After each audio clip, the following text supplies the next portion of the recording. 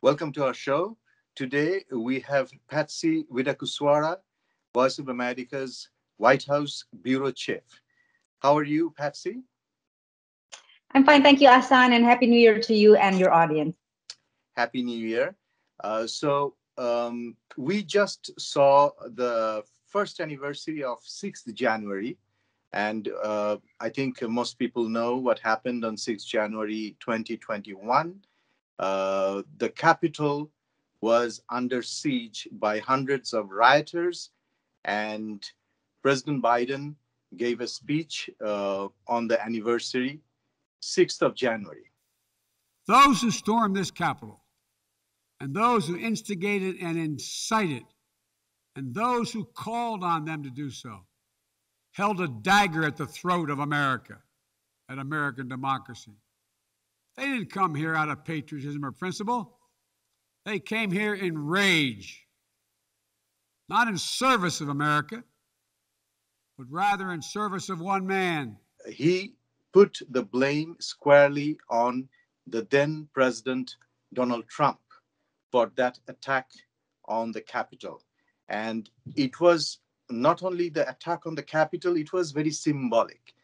What struck you in President Biden's speech? Well, just to remind your viewers again, Ahsan, who may not remember what happened on January 6, 2021, this was the time when American lawmakers in Congress were certifying the results of the 2020 November election that placed Joe Biden as the winner.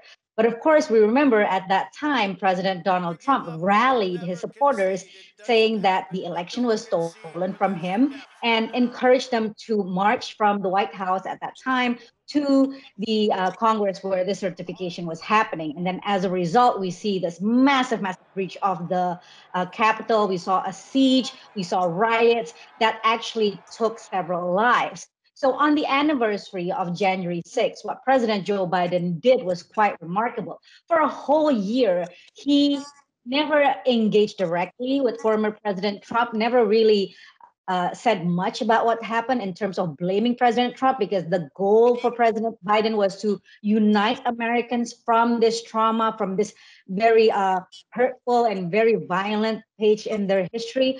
But on the anniversary, President Joe Biden was just had absolutely no qualms in laying the blame squarely on President Trump.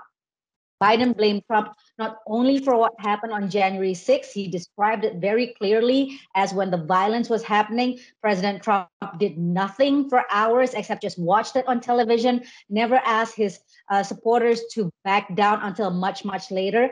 And he also blamed former President Trump, as well as Republicans who kept on pushing this baseless claim, the narrative, what Democrats call the big lie, which is the baseless claim that the 2020 election was stolen and Joe Biden did not win the White House in a fair and square way. So that was what was most striking to me about the speech that Biden made, was that how forceful he was in just laying out the blame on President Trump, laying out the blame on Republicans who continue to push the false narrative about the election, as well as his very forceful defense of American democracy, saying that, yes, American democracy has taken a hit, but we can rebuild from this trauma.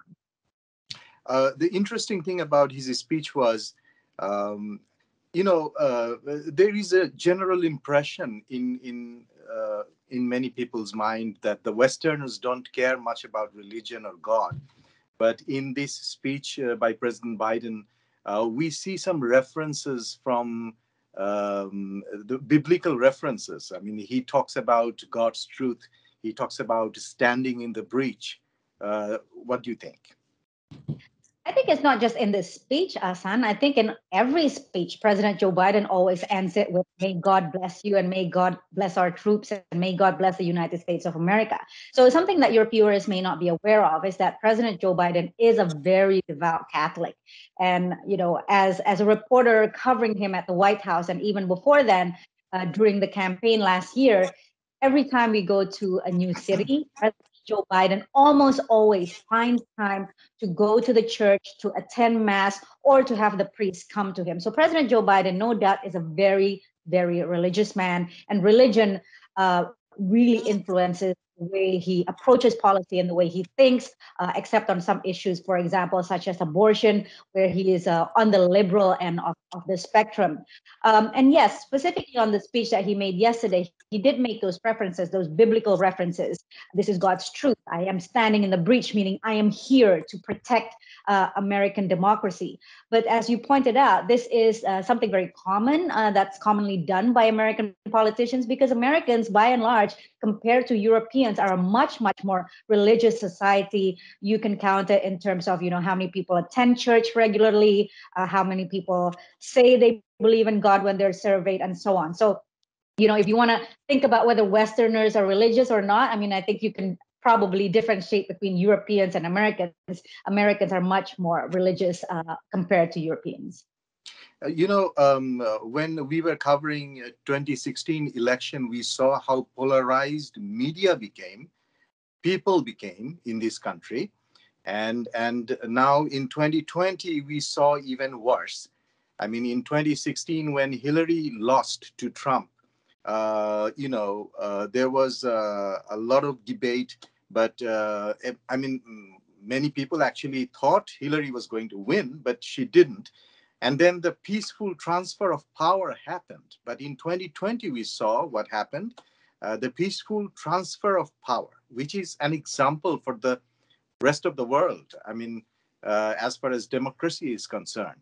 So 1 year on, what is the state of democracy, U.S. democracy?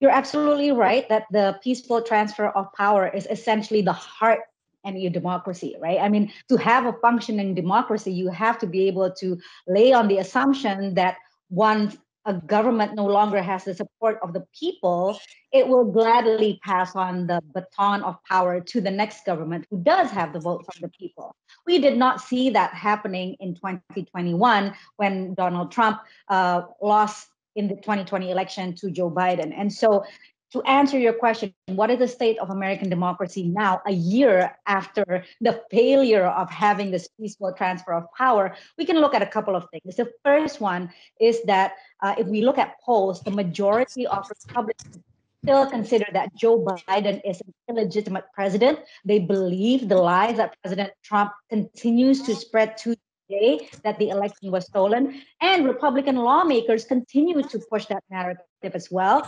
Republican lawmakers continue to go on state levels, especially states that are